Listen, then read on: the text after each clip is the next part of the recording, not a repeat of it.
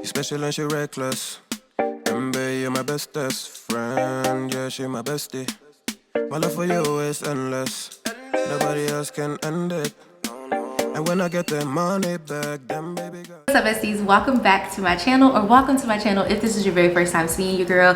Listen, it's been a minute, I know that, but we're gonna work this thing out, and I'm so excited to have you guys back as we're getting back to the basics. You guys saw the video title, and yes, we're getting back to the basics because genuinely, honestly, truthfully, your girl has fallen off.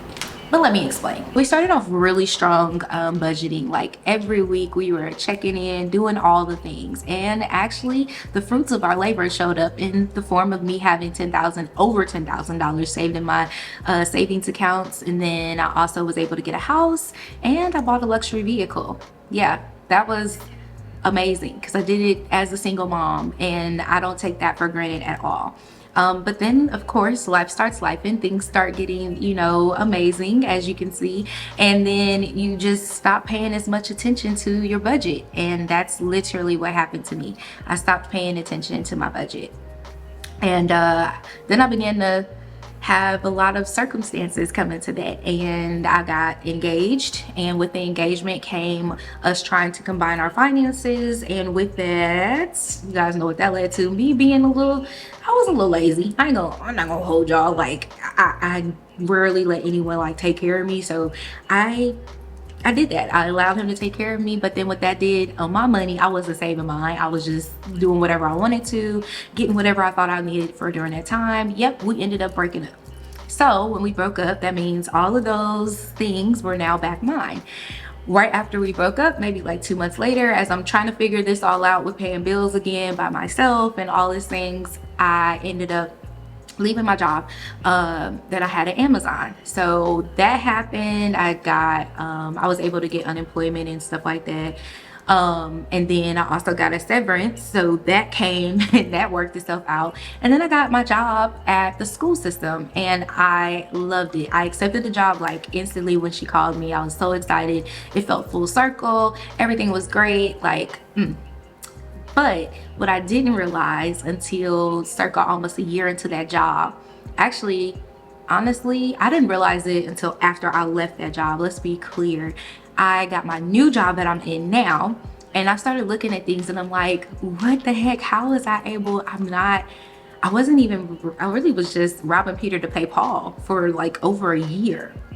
And so when I got my new job and I'm making way more than what I was making at the school system, and I'm like, what did I do wrong? All these thoughts began to come back, and the only thing that really stuck out the most was, girl, you forgot to budget. You forgot to budget plan. You forgot to stick to the plan, and budgeting is what got you this far. So you need to get back to it, because for me it was like, oh, the more money I made, like, oh, I'm straight, I'm good. But yeah, the discipline that comes with budgeting is what really, really helped. And I realized that it was mindset plus discipline. It wasn't just about the money.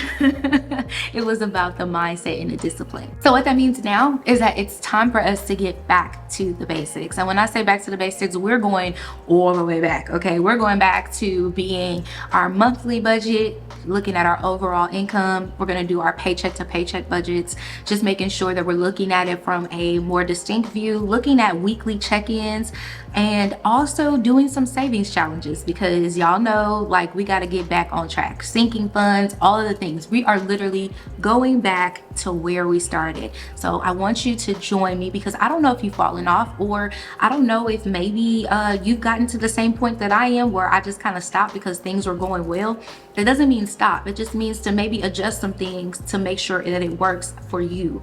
It was a part of my life, and I want that back because it kept me aligned. It kept me in sync. When your money's in sync, when you're in sync, it just feels so much better. And I'm at the point in my life where there's so many things that I want to be able to go and do, and I can do them now, but I want to do them free. So I want to be financially free enough to do whatever it is that I want to do, travel, go buy something, whatever that looks like.